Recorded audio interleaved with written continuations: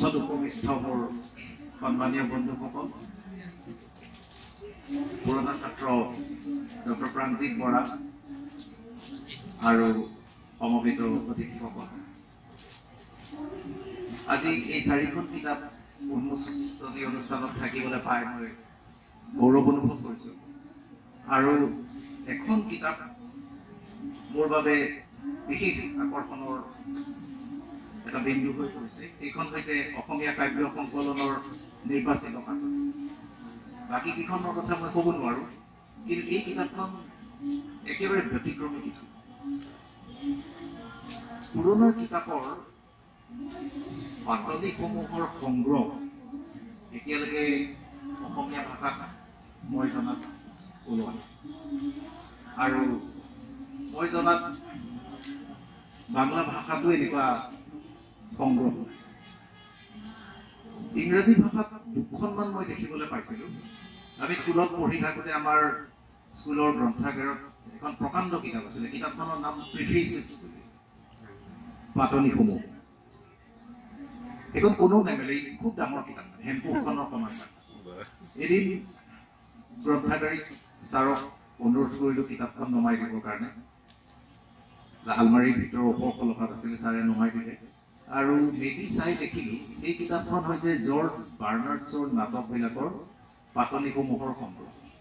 বাৰ্নাৰ্ডছৰ নাটকবিলাকৰ পাতনিবোৰ খুব দীঘলীয়া আছিল, গতিকে পাতনিবিলাক সংকলন কৰি কোনোবা এজন প্ৰকাশকে এখন স্বতন্ত্ৰ কিতাপ হিচাপে প্ৰকাশ কৰিছে। ইয়াৰ পিছত আৰু পাতনিৰ সংগ্ৰহ কিতাপ আকাৰত মই বহু বছৰ পোৱা নাছিলোঁ।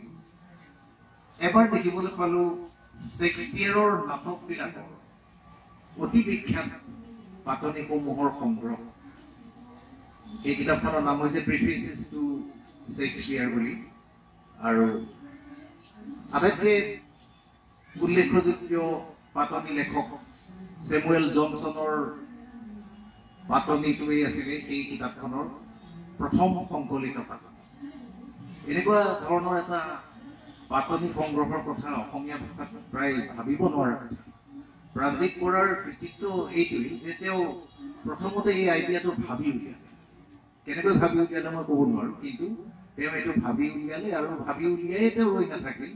তেওঁ এইটো বাস্তৱায়িত কৰি আমাৰ সন্মুখত এখন কিতাপ উপস্থাপিত কৰিছে। মই আশা কৰিছোঁ এখন যথেষ্ট মূল্যৱান কিতাপ হ'ব, পাঠকৰ কাৰণেও হ'ব আৰু গৱেষকসকলৰ কাৰণে হ'ব।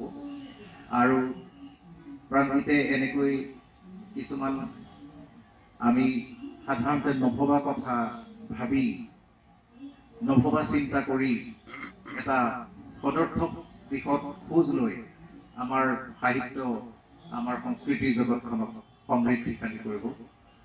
তেওঁক আৰু লগতে অন্যান্য লেখক-লেখিকাসকলক মই মোৰ শুভেচ্ছা জনাইছোঁ।